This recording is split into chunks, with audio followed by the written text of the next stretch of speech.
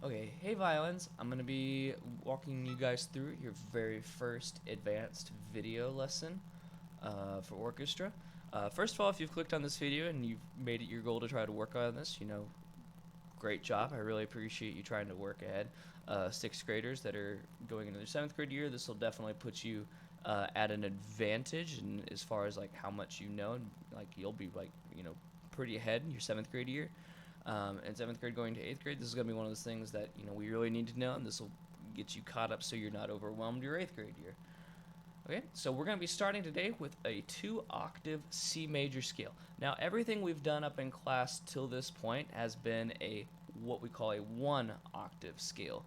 So what we've always done in class is when we learned our C major scale, we played C starting on our G string third finger, C, D, E, F, natural G, A, B, C, and then we might repeat the top note and then go back down. 2 octaves is when we start on our first C, go to the C that we just stopped at, and then we push on ahead even further to an even higher C and back down again. And these are scales that we're going to be needing to learn. So just a quick review, if we've kind of forgotten how C major works. We have no sharps. Everything's going to be F natural and C natural. See, I've written in, that's what L2 means, low 2. So our F on our D string and our C on our A string are all going to be low fingers, right? So what we've learned so far of this scale is C, D, E, F, natural G, A, B, C, and then back down. That's all what we all know so far.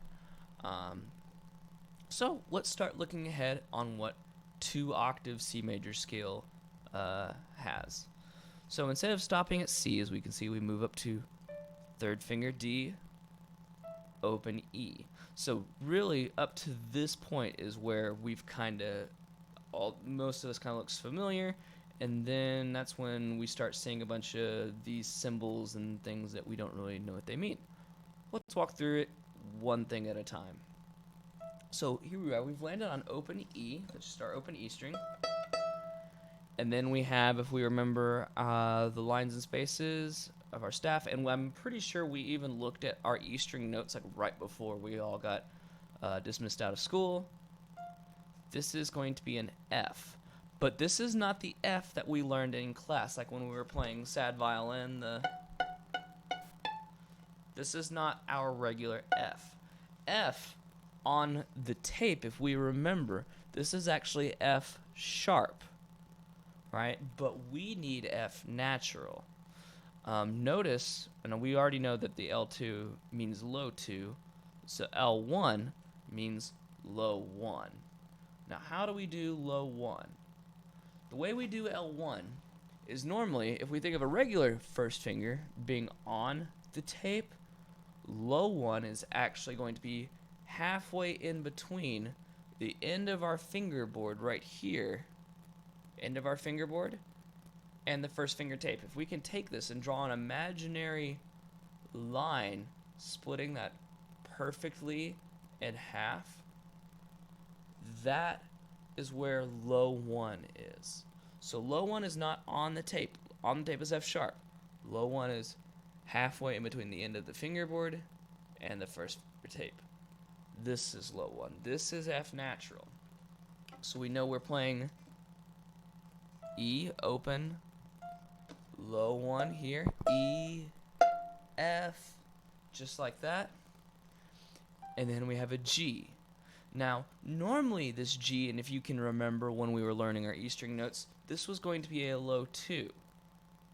But if we play a low 2 here, this is where this starts getting really weird. If we play a low 2 here, where does my second finger end up?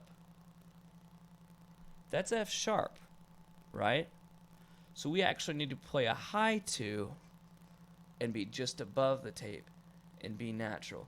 This is kind of where low 2 and high 2 starts getting confusing when we start talking about it along with low 1. Let's back up a little bit and I'll show you what I mean. Let's use B and C natural as an example. So here's my B, and here's my C natural, right? So B on the tape, C natural low 2. Okay, now watch what happens. What if I wanted to make that B a low 1? So now I've scooted it back to where it's halfway in between the end of the fingerboard and the first finger tape. My second finger is still on C natural. It's still on that note right there. But is it low 2 or high 2 now? If you said high 2, you're actually right. Because remember, a high 2 is whenever there's space in between the fingers. So remember, low 2 and high 2 is always relative or in relation to where your first finger is. I know that's confusing just because we've never had to worry about moving first finger before. But now we're moving first finger around. So this is still going to be C natural even though my first finger is moving around. This is low 2. I'm not moving my second finger. I move my first finger. Now it's high 2 and it's the same note. Alright? Same thing is kind of happening here. Low first finger F natural, high second finger G. Alright, so now we've got E, F natural, G. And then normally we would play this A with our third finger. This is one of the last notes we learned when we took our third finger and took it to the third finger piece of tape, kind of like when we did sad violin, if you remember back during recruiting, F sharp, F sharp, F sharp, F sharp, and then A. Right?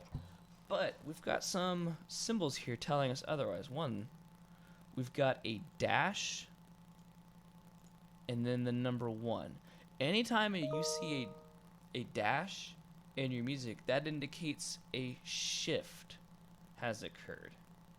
Now, how a shift works is what we're going to do is we're going to take our first finger, because that's what it says, first finger, and we're actually going to shift up from where we were. And instead of third finger playing A, first finger is going to play A instead. Alright? And that is also what this Roman numeral 3 is telling us. This is what we call third position. Now, everything we've played up until this point has all been first position. That means our first finger is on our first finger tape. This is all first position. Now when our first finger moves up to where our third finger normally goes, that's what we call third position. And we're up here because we just don't have enough fingers on our hand to play these high notes. So we've made it up to third position, first finger A. Then we play B, high 2, second finger. I'm sorry if you're hearing all those beeps in the background. That's me getting emails. B, second finger, and then 3. It's that same 1, 2, 3 shape. And you'll notice the higher we go on our instrument to play in tune, our fingers are actually going to start getting slower, kind of a little more squished together. And if we picture, like, I can actually pull this up right now to kind of show you all. I don't want the tuner. I just want a guitar. Picture like a guitar in your head. The further and further you go up the neck, notice the frets get smaller and smaller. Now that's kind of happening the same thing for us, but our frets are invisible, right? So the further and further that we go up the neck of our violin, the closer the notes start getting together. And you'll notice if you're trying to play this and play it in tune, we have to do the same thing with our fingers. So we're in third position, first finger A, B, high 2 right there, high C. We've made it all the way up to the top. And then just on the way back down, we basically just kind of do the opposite. So we play the third finger again, second finger B, first finger A. Again, we have this dash here. Remember, that indicates a shift has happened. We shift back to first position, play the G, low 1, open E, and then it should be kind of self-explanatory. We're just going back down the scale. Alright? And so our 2-octave C major scale is going to sound like this. C major scale and whole notes. 1, 2, ready, go.